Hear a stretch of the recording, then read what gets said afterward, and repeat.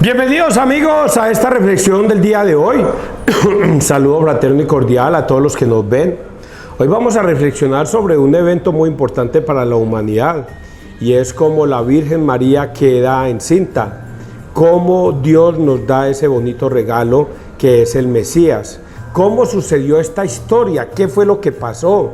¿Por qué Dios nos dio el Mesías? ¿Qué es lo que hoy día la humanidad se juega al estar con Dios?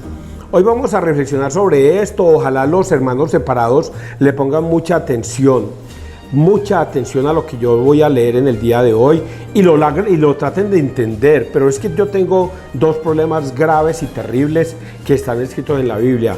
La primera, el Dios porque Dios les ha...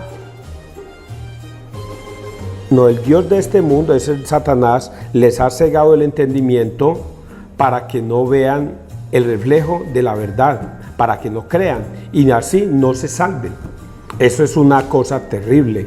Y la otra es el Dios, porque Dios, ese se los quedo debiendo, por ahí lo tengo escrito, pero dejémoslo ahí para no demorarnos. Pero esas son las dos cosas que tengo terribles de que los hermanos separados que estaban en la Iglesia Católica, al haberse tomado la decisión de irse de la Iglesia de Cristo para pertenecer a una congregación diferente a la iglesia que Cristo fundó, Dios ya no los llama.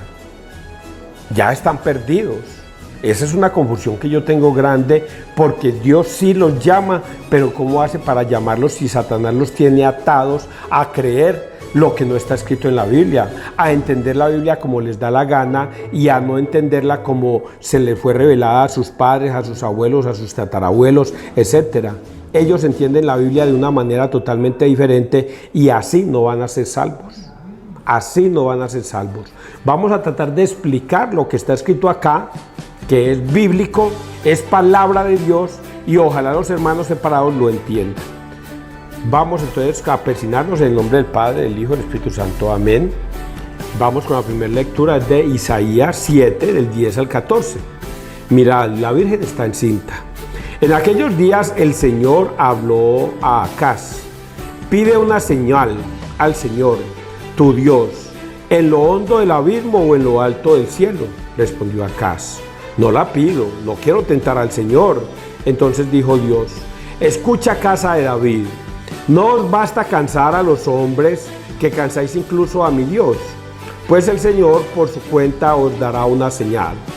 Mirad, la Virgen está encinta y da a luz un hijo y le pondrá por nombre Emmanuel, que significa Dios con nosotros. Palabra de Dios, te alabamos a ti, Señor Jesús. ¿Cómo es posible que 700 años antes Dios le pida una señal a Acaz? Y Acaz, que era un rey, no se la quiso pedir, que porque no quería cansar a Dios. Y Dios dice, bueno, si no me la quiere pedir, pero yo sí le voy a dar una señal. Mira, la Virgen está encinta y da a luz un hijo que será Dios con nosotros y será llamado Emmanuel. Es la señal que Dios nos da. La Virgen está encinta. ¿Quién está encinta? La Virgen. Y ¿quién da a luz? La Virgen. Un hijo. Por lo tanto, la Virgen María es un dogma, es virgen antes, en el parto y después del parto. Es virgen. Por lo tanto, la Iglesia Católica lo enseña así desde hace 2000 años. Lo ha venido enseñando de esa manera. Vienen hermanos separados y dicen, le ponen mente humana, sabiduría humana y dicen, la Virgen después de haber tenido un hijo deja de ser virgen. Una mujer después de que ha criado a una criatura no va a seguir siendo virgen, ya perdió su virginidad. Sabiduría humana. Pero no le ponen sabiduría divina, que son las cosas de Dios. Le decía yo a una dama estos días en Toro, y tenía este argumento tonto de que la Virgen ya no era virgen. Y yo les decía a ella, toda linda, le decía, venga, ustedes se aterran por una tontada de estas, de que la Virgen ya deja de ser virgen, y no se aterran. Por ejemplo, le voy a poner un caso lógico de lógica humana aquí en la tierra para que ustedes la entiendan con la sabiduría. Jesús resucita a Lázaro. Resucita a Lázaro y ustedes no se aterran de que llevaba 3 días de muerto Lázaro. 3 días de muerto. Olía ya maluco. Se le habían descompuesto ya todos los órganos. Todos los órganos, la sangre se había paralizado, el cerebro estaba destruido. Todo lo que usted le pueda preguntar en la medicina a un médico, ¿qué sucede en 3 días de una persona que ha fallecido? Seguramente que el médico le va a decir, falleció todo. Los organismos, el tejido, la sangre dejó de circular, el cerebro se pudrió, el corazón se pudrió, todo, ya está pudriéndose todo. Y Jesucristo en 3 días lo resucitó de entre los muertos, lo revivió, volvió a circular la sangre, volvió a vivir los órganos, el tejido y todo. Y se aterran ustedes de que la Virgen sea virgen después del parto.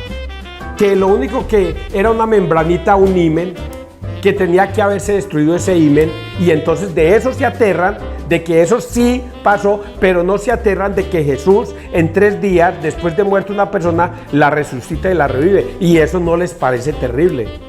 Es un absurdo para los hermanos separados pegarse de semejante tontada para decir no creemos en la Virgen María. Y no creemos en la palabra de la Iglesia Católica. Y se aferran a esa tontada de un pastor que es un demonio, porque así lo voy a llamar, un demonio que les metió semejante tontada en la cabeza, y todos ustedes, los hermanos separados, ignorantes, prefieren creerle esa tontada. Entonces es un error no creer que Dios le dio a Acaz una señal. 700 años antes le da la señal. Mira, la Virgen está encinta y da, o sea que la Virgen y da a luz, sigue siendo virgen y dará a luz un hijo. Y eso no les parece terrible. Y mire que yo estoy haciendo una defensa que no debería hacerla. Yo no debería hacer esta defensa. Dios, ¿quién necesita de mí que le explique semejante tontada a los hermanos separados? Allá ellos si quieren creer. Nosotros los católicos lo creemos exactamente como está escrito. La Virgen está encinta y da a luz un hijo y le pondrá por nombre Emmanuel, que significa Dios con nosotros. Y para nosotros los católicos, Señor, mande Señor que tu siervo escucha. Ya. Pero los hermanos separados, en el ánimo de destruir la doctrina de Cristo, le ponen todos estos dos arandelas para no creer y creerse en ellos el cuento tonto que les infundió un pastor hace muchos años y todavía se lo siguen creyendo. Vamos a leer Salmo. Bueno, pero entonces antes de irme, la verdadera reflexión que yo debería hacer acá es que Dios nos dio una señal hace 700 años que nos iba a dar al Mesías. No sabían ellos cuándo iba a suceder, pero Él dijo, la señal es esta, la Virgen está encinta y da a luz un hijo que será el Mesías y lo llamarán Emmanuel, que significa Dios con nosotros. Y eso sucedió 700 años. En eso es que debería haberme gastado más tiempo y no en la explicación tonta a los hermanos separados de que se salgan de algo tonto que ellos creen y que debieron haberlo soltado desde hace tiempo y haber regresado a la Iglesia Católica. Pero nos desgastamos bobamente tratando de hacer volver a los que no quieren volver. Salmo 23, 1, 2, 3, 4, 5, 6. Va a entrar el Señor, Él es el Rey de la Gloria. Del Señor es la tierra y cuanto lo llena, el orbe y todos sus habitantes. Él la fundó sobre los mares, Él la afianzó sobre los ríos. ¿Quién puede subir al monte del Señor? ¿Quién puede estar en el recinto sacro? El hombre de manos inocentes y puro corazón, que no confía en los ídolos. Ese recibirá la bendición del Señor, le hará justicia el Dios de salvación. Este es el grupo que busca al Señor, que viene a tu presencia, Dios de Jacob. Y vamos a leer Lucas 1, del 26 al 38. Concebirás en tu vientre y darás a luz un hijo.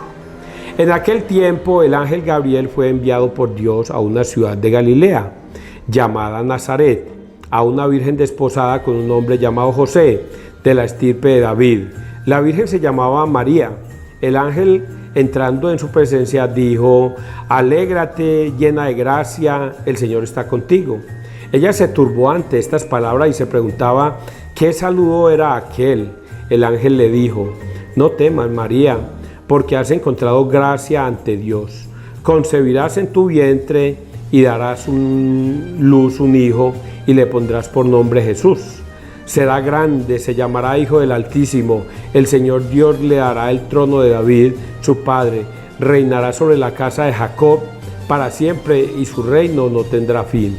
Y María dijo al ángel: ¿cómo será eso? Pues no conozco a varón. El ángel le contestó: el Espíritu Santo vendrá sobre ti y la fuerza del Altísimo te cubrirá con su sombra. Por eso el santo que va a nacer se llamará Hijo de Dios. Ahí tienes a tu pariente Isabel, que a pesar de su vejez ha concebido un hijo y ya está de 6 meses, la que llamaban estéril, porque para Dios nada es imposible. María contestó: aquí está la esclava del Señor, hágase en mí según tu palabra. Y la dejó el ángel. Palabra de Dios.